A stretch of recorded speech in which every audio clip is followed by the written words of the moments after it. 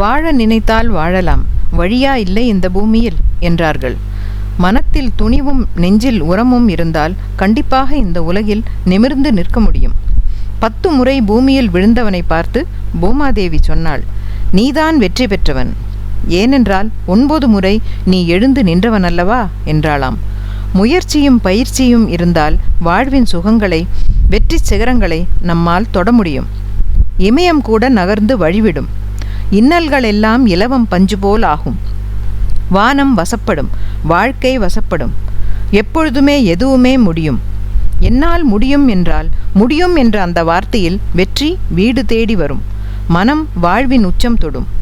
தோல்விகள் விழுவதற்காக அல்ல, எழுவதற்காகவே. இந்த கருத்தை நாம் நினைவில் கொண்டால் வாழ்க்கையின் வெற்றிகளை நம்மால் சுலபமாக அடைய முடியும். இதற்கு ஒரு கதையை உதாரணமாக சொல்கிறேன். ஒருவன் தன் மனைவியுடன் நிம்மதியாக வாழ்ந்து கொண்டிருந்தான். அவன் ஒரு இரும்பு பட்டறை வைத்திருந்தான். அதிலே வரும் வருமானத்தை கொண்டு அவன் தன்னுடைய வாழ்க்கையை நடத்தி கொண்டு வந்தான். ஒரு நாள் தொழிலில் நஷ்டம் வர அவனுடைய பொருட்கள் அவனால் விற்க முடியாமல் போக அவனுடைய தொழிற்சாலையே அவன் மூடும்படியான நிலை வந்தது. அவன் மனம் உடைந்து போனான். அவன் மனைவி சொன்னாள், இதற்காகவா வருந்துகிறாய்? வாழ்வதற்கு நிறைய வழிகள் இருக்கின்றன, சோர்ந்து போகாதே. சோர்ந்து போனால் நம்மை சுற்றி சுவர் எழும்பிவிடும். காட்டிலேயே நிறைய மரங்கள் இருக்கின்றன, அவைகளை வெட்டி கொண்டு வா, நானும் உதவி செய்கிறேன். இருவருமாக சேர்ந்து ஒரு விறகு கடை போடலாம் என்று சொன்னாள். இவனுக்கு இந்த யோசனை சரியாகப்பட்டது.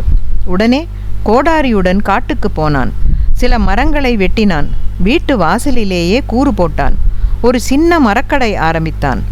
மரக்கடை வெற்றிகரமாக ஓடிக்கொண்டிருக்கிறது. இவர்களுக்கும் நல்ல வருமானம் வந்து கொண்டிருந்தது. இவன் மனசுக்குள் மகிழ்ந்தான். மனைவிக்கு தெரிந்த உத்தி தனக்கு தெரியவில்லையே என்று நினைத்தான். அப்பொழுது திடீரென்று வந்த காட்டுத்தீயில் அவனுடைய மரக்கடை எரிந்து சாம்பலானது. அவன் மனம் மீண்டும் உடைந்து போனான். இனிமேல் வாழ்வதற்கு வேறு வழி இல்லையே, சாகத்தான் வேண்டும் என்று நினைத்தபோது அவன் மனைவி சொன்னாள், இதற்காகவா இப்படி எதிர்மறையாக சிந்திக்கிறாய்? நேர்மறையாக யோசித்துப்பார். வாழ்வதற்கு எத்தனையோ வழிகள் இருக்கும்போது எதற்காக சாவின் வழி யோசிக்கிறாய் என்று அவள் சொன்னபோது யோசித்தான். அவள் சொன்னாள், மரக்கடை எரிந்தால் என்ன, அது அணைந்தவுடன் அங்கு கறி கிடைக்குமே, நாம் கறியை எடுத்து மூட்டை கட்டி அதை விற்போம், கறிக்கடையை ஆரம்பிப்போம், அதிலும் வருமானம் வரும் என்று சொன்னபோது இவன் யோசித்தான். உண்மைதான், வாழ்வதற்கு நிறைய வழிகள் இருக்கின்றன. ஆனால் சாவதற்கு ஒரு நிமிட துணிச்சல் போதும். ஆனால் வாழ்வதற்குத்தான் நிறைய துணிச்சல் வேண்டும். இந்த உதாரணம் அவன் நெஞ்சில் வந்த பிறகு அவன் வெற்றி நோக்கி நடை போட்டான். அவன் வாழ்வில் வெற்றி வெற்றி மட்டுமே வந்தது. எனவே நாம் புரிந்து கொள்ள வேண்டியது ஒன்றுதான், வாழ்வின் வெற்றி நம்முடைய கைகளிலேயே இருக்கின்றன. நம் கைகளிலேயே இருப்பது ரேகை இல்லை, வெற்றி கோடுகள்.